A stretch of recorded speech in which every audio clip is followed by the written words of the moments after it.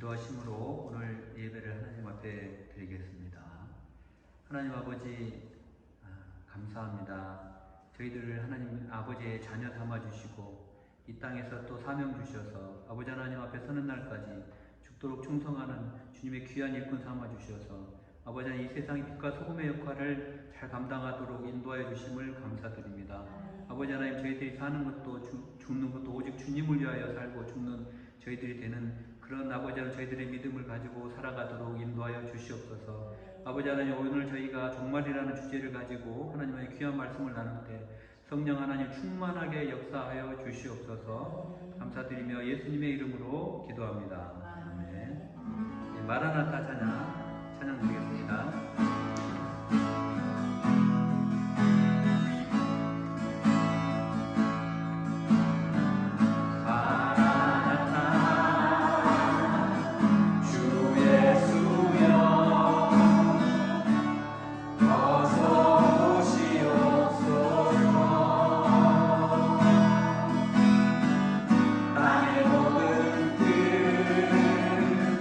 모든 조소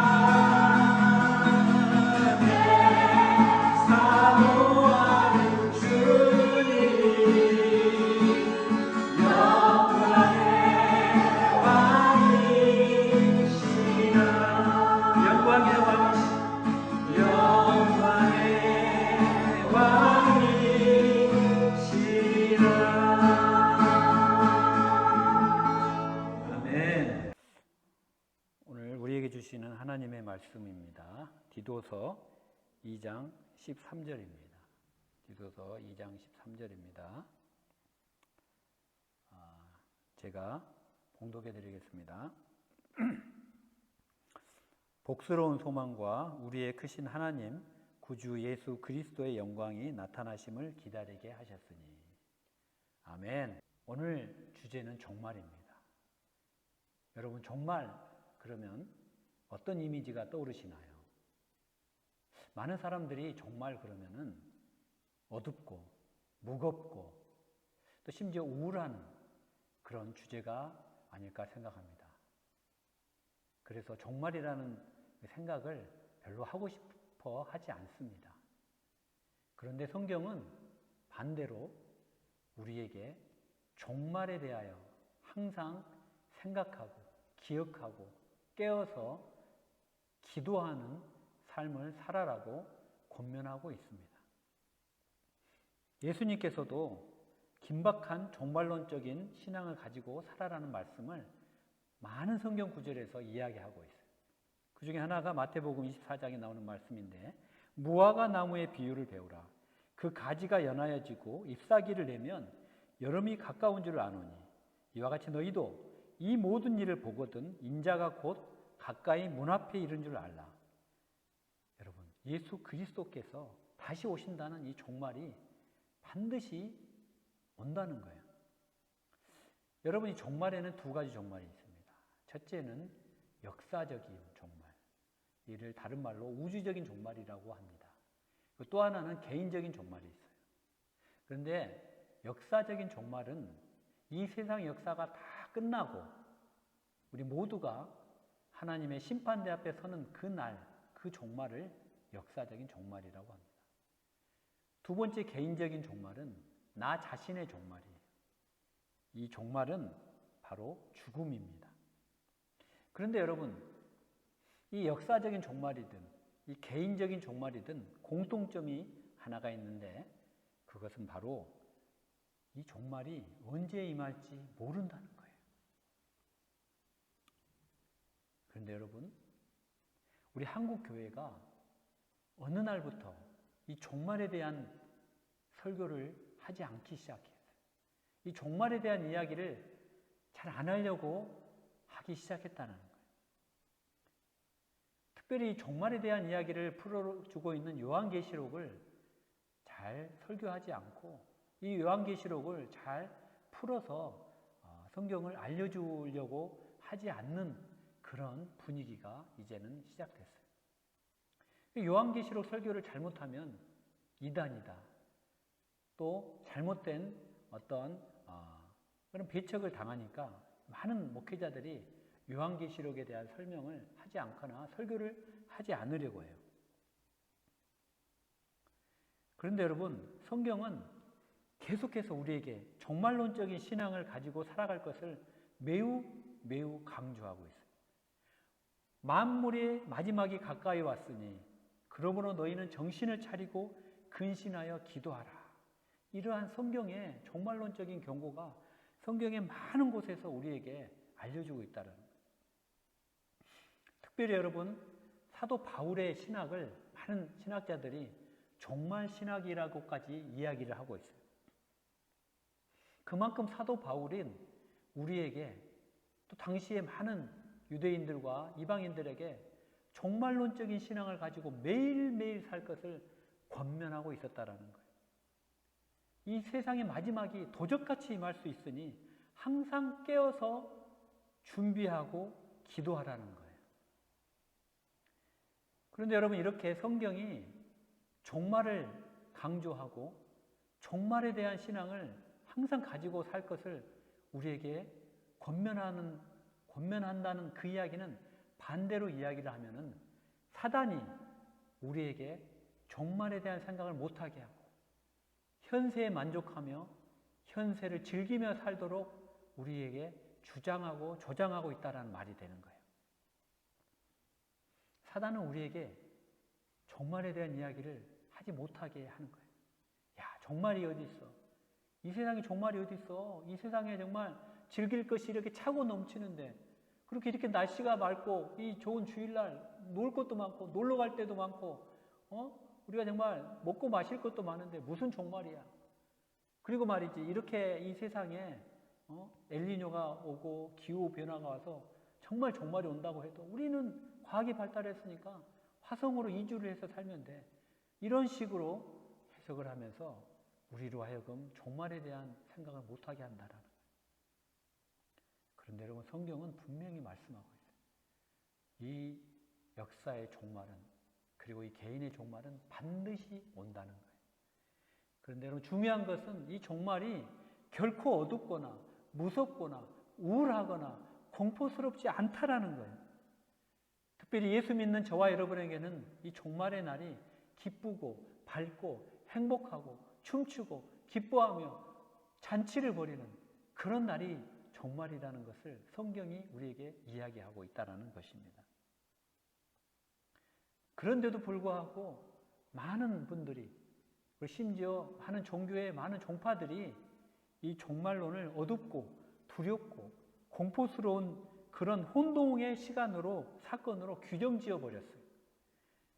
여러분 기억하실지 모르겠는데 지난 코로나 시국에 여러분 백신들 다 맞으셨죠? 저도 맞았습니다. 3차까지.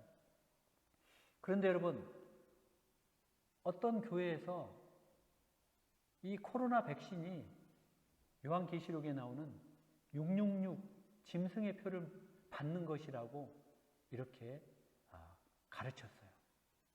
그래서 많은 사람들이 이 백신을 맞으면 내가 짐승의 표를 받는 거다라고 생각을 하고 이 백신을 맞는 것을 두려워하고 거부하는 운동이 일어났어요. 저도 여러분 제가 잘 아는 선교사님이 중동에서 선교를 하시는데 이분이 저에게 어느 날부터 카톡을 보내시는데 백신 맞지 말라는 거예요. 매일같이 카톡을 보내셨어요. 제가 그래서 또 거기에 대한 반박을 하려다가 그냥 말았어요. 제가 그냥 백신 맞으면 되잖아요. 그런데 여러분 과연 백신을 맞는 것이 계시록 13장에 나오는 666 짐승의 표를 받는 것입니까? 그게 성경의 해석이에요? 아니에요, 여러분. 전혀 그렇지가 않아요. 성경이 우리에게 주는 바른 해석이 아니에요. 왜 그럴까요? 여러분이 666, 이 적그리스도가 우리에게 666 짐승의 표는 적그리스도가 우리 앞에 나타나야 되는 거예요. 등장을 해야 그 다음에 666이라는 것이 나타나는 거예요. 이 적그리스도라는 것은 여러분 이 세계의 단일 정부를 만들어 놓고 지배하고 통치하는 그러한 적그리스도를 의미를 하는 거예요. 자, 과연 지금 그런 적그리스도가 우리 앞에 등장을 했냐는 말이에요. 아직 안 했어요. 물론 적그리스도의 등장을 준비를 하고는 있을 수 있어요. 하지만 아직은 등장한 것이 아니에요. 이렇게 여러분 사단은 백신이 666이다 이렇게 주장을 하면서 종말론을 두렵고 공포스럽고 어둠과 혼란을 조장하는 그런 인식을 우리에게 심어주고 있는 거예요. 이것이 바로 잘못된 종말론이라는 거예요. 여러분 혹시 다미선교회라고 기억하시나요?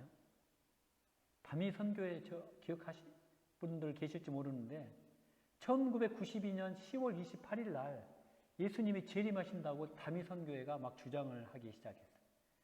그래서 화동들, 한 7살도 안 되는 어린 아이들이 많은 아이들이 모여서 다미선교회에서 막 방언으로 예언을 하기 시작했고 그 방언을 다미선교회 어른들이 옆에서 통변을 하기 시작했는데 그 방언이 1998년 10월 28일 날 1992년 10월 28일 날 예수님이 재림하신다는 그 방언이라는 거예요. 그래서 많은 사람들이 직장을 그만두고 가정을 팽개치고 다미선교에 갔잖아요. 그런데 여러분 예수님 오셨나요? 안 오셨어요. 이게 무서운 게 뭐냐면은 이렇게 사단이 우리로 하여금 종말론을 무섭게 하고 두렵게 하고 말 꺼내는 것조차 터부시하게 만드는 그 틈을 타서 다미선교회 같은 이런 이단들이 이 종말론을 잘못 해석해서 우리로 하여금 어려움에 처하게 하고 우리를 넘어지게 한다는 거예요. 이때부터 한국교회는 종말론에 대한 트라우마가 생겨버렸다는 거예요. 그리고 지금 30년이 지난 지금도 이 종말론을 우리가 꺼내서 설교하기를 싫어하고 요한계시록을 우리가 설교하는 것을 싫어하는 시대로 만들어 버렸다는 거예요. 그런데 여러분, 요한계시록은 하나님께서 우리에게 주신 성경의 일부분이에요. 66권 중에 한 권이에요. 그 요한계시록 1장 3절을 보면은 이 요한계시록을 듣는 자는 복이 있다고 그랬어요. 그리고 읽는 자가 복이 있다고 그랬고, 이것을 기록한 대로 지키는 자가 복되도다 그렇게 말씀하셨어요. 그러니까 무슨 말이냐면은 요한계시록을 많이 읽고 듣고 해석하고 지켜라는 말이에요. 그게 주님의 말씀이고 주님의 명령이에요. 그렇게 했을 때 우리의 삶에 복이 넘친다는 거예요. 요한계시록의 말씀을 듣고 읽고 지키면서 우리가 종말론을 갖다가 매일같이 우리가 기억하며 종말론적인 신앙으로 깨어서 기도하는 삶을 살아가는 것이 주님의 명령인데, 사단은 우리가 종말론을 꺼낼 수 없도록 두렵게 만들고 무섭게 만들고 종말론을 꺼내는 사람을 마치 이단인 것처럼 그렇게 몰아가고, 기성교회도 거기에 휩쓸려서 더 이상 종말론을 이야기를 하지 않고 설교를 하지 않는 그런 시대가 되어버렸다는 거예요. 이게 사단의 술책이라는 것을 우리가 알아야 된다는 거예요. 여러분, 적그리스도니 666이니 이런 것에 종말론을 집중하고 강조하는 것은 우리가 바른 성경관이 아니라는 거예요. 바른 종말론은 무엇이냐면은 예수님께서 약속하신 대로 반드시 재림할 것과, 그리고 우리 교회는 그 다시 오실 예수님을 기다리고 준비하는 그런 모습으로 살아야 된다는 것이 바로 종말론의 핵심이라는 거예요. 666이 종말론의 핵심이 아니에요. 적그리스도가 종말론의 핵심이 아니라는 거예요. 여러분, 이 종말론은 결코 두렵고 어두운 책이 아니에요. 그런데도 많은 설교자들이 종말론의 요한계시록을 설교하기를 두려워하고 있어요. 두려워하고 있어요. 그 틈을 타서 우리 이 생활 속에 많은 이단들이 들어왔어요. 여러분들 기억하는 이단 중에 가장 기억 남는 대표적인 이단이 뭐가 있을까요? 신천지 기억나시죠? 신천지. 여러분, 신천지도 요한계시록을 성경대로 해석하지 않고 자기 멋대로 해석해서 이단이 된 그런 종파예요. 신천지는 여러분, 신천지의 교주인 이모 씨가 자기가 보혜사고 자기가 성령이라고 주장을 하면서 자기는 영원히 죽지 않는다고 그래요. 그리고 믿음으로 구원받는 것이 아니고 인간의 선행으로, 인간의 노력으로, 인간의 윤리적인 삶으로 구원받는다고 가르칩니다. 그래서 열심히 전도하고 열심히 선행을 쌓아서 자기가 14만 4천 명 안에 들어가야 된다라고 그렇게 잘못 해석을 하는 거예요. 그런데 여러분 어떻습니까? 그 14만 4천 명이 한정된 숫자가 차니까 이제 요즘에는 14만 4천 명이 20만 명이 됐고요. 또 25만 명이 돼가요. 그렇게 해야 성도들이 그 안에 들어가려고 노력할 거 아니에요. 이렇게 요한계시록을 자기 멋대로 고무줄처럼 늘렸다가 줄였다가 해석을 하는 거예요. 이렇게 여러분, 우리 기성교회가 종말론을 두려워하고 터부시하는 그런 또 주저하고 있는 그 틈을 타서 신천지와 같은 다양한 이단들이 물 만난 고기처럼 등장해가지고 잘못된 해석을 하고 있다라는 것입니다. 여러분, 많은 사람들이 요한계시록을 어렵다라고 생각해요. 그런데 요한계시록은 여러분 절대로 어려운 책이 아니다라는 거예요. 여러분, 요한계시록 혹시 정독해서 읽어보신 분 계신가요? 정독해서. 계시면은 어때요? 요한계시록이 쉬운 책 같아요? 어려운 책 같아요? 나는 요한계시록이 쉬워서 식은 죽 먹는 것처럼 쉽다라고 생각하시는 분 손 한번 들어보세요. 아니시죠. 요한계시록이 다들 어렵게 느껴지실 거예요. 그래서 요한계시록을 잘 읽지를 않고 요한계시록은 어너더 바이블로 생각해서 아예 제껴두시는 분들이 많은데 절대 그렇지 않다라는 거예요. 요한계시록은 주님께서 다시 오실 그날을 기억하게 하시기 위해서, 그리고 그날에 일어날 일들을 우리에게 알려주고 그날을 대비하라고 주신 아주 복된 소망을 주시는 그런 책이란 말이에요. 어려운 책이 아니에요. 요한계시록은 크게 세 카테고리로 나눠지는데, 가운데 카테고리가 주님이 다시 오시는 그날이에요. 19장. 그리고 18장까지는 19장에 주님이 재림하시는 그 날을, 그 직전에 벌어질 일들을 우리에게 환상을 통해서 보여주는 장이 18장까지. 그리고 19장 예수님이 오시고 20장부터서는 다시 재림하시는 예수님께서 어떤 일을 행하실지, 그리고 새하늘과 새 땅이 어떻게 도래하는지를 보여주는 크게 세 카테고리로 나누어지고 있다라는 거예요. 그리고 이 18장까지는 예수님께서 재림하시기 직전에 일어날 일들을 예수님께서 요한을 통하여 그림책처럼 잘 그려주신 그런 책이에요. 그림책이에요. 아주 쉽고 재미있는 책이에요. 여러분, 요한계시록은 이렇게 쉬운 책이고 또 중요한 것은 두려운 책이 아니라는 거예요. 여러분, 요한계시록을 그러니까 18장까지 재림하시는 예수님의 바로 직전에 어떤 일들이 벌어졌느냐. 7 인의 재앙, 7 나팔의 재앙, 7 대접의 재앙이 무서운 재앙이 나타나요. 그런데 여러분, 그 7인, 7 나팔, 7 대접의 재앙은 결코 두려운 재앙이 아니라는 거예요. 그 7인, 7 나팔, 7 대접의 재앙은 저와 여러분들처럼 예수 그리스도를 구주로 시인하는 저희들과 같은 믿는 자들에게 닥치는 그런 재앙이 아니고, 그 재앙은 예수 그리스도를 대적하고 하나님을 배반하고 하나님을 믿지 않는 불신자들에게, 그 바벨론에게 닥칠 그런 재앙이라는 거예요. 안타깝지만 예수 믿지 않는 자들이 겪게 될 그런 재앙이라는 거예요. 여러분, 그래서 우리는 그 재앙을 결코 두려워하지 필요가 없다는 거예요. 우리가 기억해야 될 것은 그 재앙이 아니라 그 19장에 오시는 약속대로 오실, 창세기에 말씀하셨던 창세기의 원시복음, 내가 너의 머리를 발로 밟는 여자의 후손이 나타나리라고 하셨던 그 여자의 후손, 예수 그리스도, 2000년 전에 오셨던 그 예수 그리스도의 재림을 약속대로 그 재림하실 예수님께서 19장에 오실 것을 이야기하고 있는 그것이 바로 종말론의 핵심이고, 우리 교회는 그 다시 오실 예수님을 맞이할 준비를 하고 깨어서 기도하는 삶을 살아라고 하는 것이 종말론의 핵심이지, 666의 핵심도 아니고 적그리스도가 핵심도 아니고 7인 7 나팔 7 대접의 재앙이 요한계시록의 핵심이 아니라는 말이에요. 여러분, 우리는 신랑 되신 예수 그리스도를 맞이하는 신부로서 그날 기뻐하고 감격하고 환희를 부르고 춤을 추고 천국 잔치를 벌이는 그날이 우리의 종말인 것을 믿으시기를 바랍니다. 할렐루야, 아멘. 그날은 우리의 기쁜 날이요, 흥분하는 날이요, 감사하는 날이요, 환희의 승리의 확신을 주는 그런 날이라는 거예요. 여러분, 우리가 개인적인 종말은 우리의 코끝에서 호흡이 끊기는 죽음을 말하는 거예요.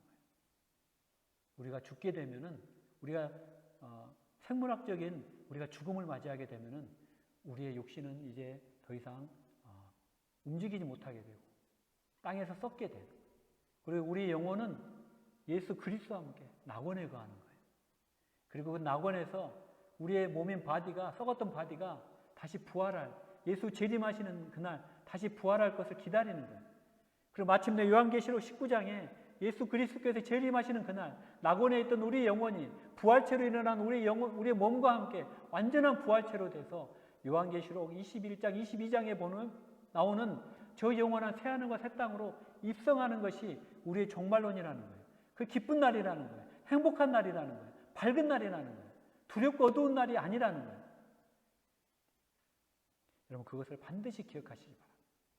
여러분, 고대 근동의 이스라엘의 결혼 문화는 첫 번째가 정혼이에요. 정혼이고 두 번째가 그 정혼이 지난 다음에 일정한 기간이 지난 다음에 혼인잔치를 벌이는데, 여러분, 예수님께서 2000년 전에 우리에게 오셔서 우리의 죄를 위하여 십자가에 달려 돌아가시기 위해서 오셨던 그 성육신하여 오셨던 그 예수님이 바로 초림, 정혼이에요. 정혼. 그리고 이제 다시 오실 예수 그리스도, 요한계시록 19장에 우리의 약속대로 우리에게 다시 오실 신랑 되신 예수 그리스도의 모습으로 오시는 그 모습이 바로 혼인잔치로 오신다는 거예요. 반드시 오신다는 거예요. 그날은 우리 신부가 정결한 세마포 옷을 입고 우리 일생 동안 주님을 위하여 주님을 사랑하고 주님께 우리의 인생을 바치며 우리의 삶의 고난 가운데서도 주님을 놓지 않고 우리가 거룩함을 유지하고 우리가 인생을 주님께 드렸던 그 믿음의 경주를 다 하고 난 다음에 주님을 천국에서 만나는 그날이 바로 주님이 재림하시는 종말이기 때문에 우리는 그날을 기뻐하고 즐거워하고 행복해야 된다는 거예요. 그런데 그 신부가 신랑을 기다리지 않고 신랑이 오는 것을 오히려 두려워한다면은 그 신부가 참된 신부일까요, 여러분? 아니에요. 그건 파혼당할 신부라는 거예요. 참된 신부면은 얼마나 신랑을 기다리겠어요? 얼마나 신랑을 사랑하겠어요? 얼마나 손꼽아서 그 혼인잔치를 기다리겠냐는 말이에요. 여러분, 그렇게 우리의 종말은, 우리의 개인의 종말은, 우리의 역사적, 우주적인 종말은 결코 두렵거나 무섭거나 어두운 종말이 아니라는 것을 반드시 기억하는 저와 여러분 되시기를 바랍니다.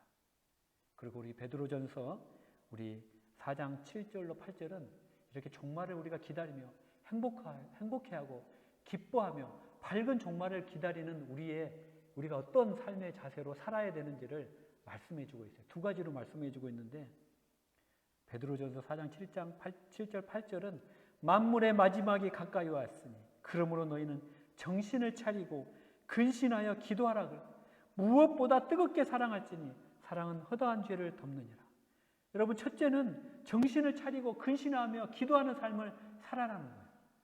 여러분, 이 정신을 차리고라는 헬라어 원문은 무슨 누가 기절했다가 살아나는 것이 아니고 예수 그리스도의 재림을 마음으로 준비하라는 말이에요. 그게 정신을 차리라는 말이에요. 그리고 근신한다는 헬라어 원문은 허리띠를 동이란 말이에요. 허리띠를 동이라는 말이 뭐예요? 우리 바지가 자꾸 내려갈까봐, 우리가 자꾸 육신의 정욕, 안목의 정욕, 이 세계의 자랑에 나도 모르게 휩쓸려 갈까봐 매일매일의 삶을 점검하고 깨어서 기도하라는 거예요. 그게 종말을 기다리는 우리의 삶의 첫 번째 모습이에요. 그리고 두 번째 우리가 살아야 될 모습은 뜨겁게 사랑하는 그런 삶을 살아라는 거예요. 왜? 그 뜨겁게 사랑할 때 우리의 허물과 죄가 덮어지기 때문에. 여기서 여러분, 허물과 죄가 덮어진다라는 것은 우리가 우리의 죄를 불법적으로 은폐한다라는 말이 아니에요. 그것은 더 이상 우리가 죄를 짓지 않는, 우리가 죄를 그치게 된다는 말이에요. 여러분, 뜨거운 사랑을 하시기 바랍니다. 나를 사랑하지 말고 물질을 사랑하지 말고 주님을 뜨겁게 사랑하는 여러분의 삶이 되시기 바랍니다. 이웃을 사랑하고 아내를 사랑하고 남편을 뜨겁게 사랑하고 원수를 뜨겁게 사랑하고 내 직장 동료를 뜨겁게 사랑하는 그런 종말론적인 삶을 살아라고 베드로전서에서 권면하고 있는 거예요. 그게 우리의 종말론적인 삶을 살아가는 우리의 자세라는 거예요. 그 반대의 삶을 뭐냐면은 바울이 디모데후서 3장 1절로 5절로 그렇게 권면하면서 경고했잖아요. 마지막 말세에 고통하는 때가 이르르니 그때에는 사람들이 자기를 사랑하고 돈을 사랑하고 그리고 자긍하고 스스로 자기를 높인다는 거예요. 겸손하게 하지 아니하고 그리고 조바심을 내고 미워하고 쾌락을 사랑하기를 하나님보다 더 사랑하는 그런 시대, 경건의 모양은 있으나 경건의 능력은 부인하는 그런 시대가 바로 온다라는 거예요. 그게 마지막 말세에 고통하는 때라는 거예요. 그런 삶을 주의하며 살아라는 거예요. 그래서 베드로는 우리에게 마지막 때에 우리가 깨어서 근신하며 허리띠를 동여매고 나의 삶을 점검하며 내가 정말 하나님이 기뻐하시는 좁은 문 좁은 길로 걸어가는지 아니면 세상이 누구나 들어가는 넓은 쾌락의 길로 들어가는지 나를 점검하라는 거예요. 하나님은 반드시, 예수께서 반드시 오시고 종말은 반드시 있다라는 거예요. 창세기 1장 1절에 태초에 하나님이 천지를 창조하시니라. In the beginning. 여러분, in the beginning. 태초라는 말은 끝이 있다라는 거예요. 반드시 끝이 있다라는 거예요. 우리가 종말과 내세를 자꾸 이야기하는 것이 현세의 삶의 모습을 경시하는 것이 절대 아니에요. 우리 현세를 살아가는 모습을 더 허리띠를 메고 더 열심히 살게 만들고 더 하나님께 기도하는 삶을 살아갈 수 있도록 우리를 권면하는 것이 바로 종말론적인 신앙이고 내세를 기억하는 신앙인 것을 여러분 반드시 믿고 기억하시기 바랍니다. 여러분, 이 시간에 우리가 합심하며 기도하는 시간을 갖기로 원합니다. 우리가 기도할 때 특별히 주님, 우리가 주님 다시 오실 때까지 기도하는 삶을 살게 도와주시옵소서. 주님 다시 오실 때까지 감사하는 삶을 살도록 인도하여 주시옵소서.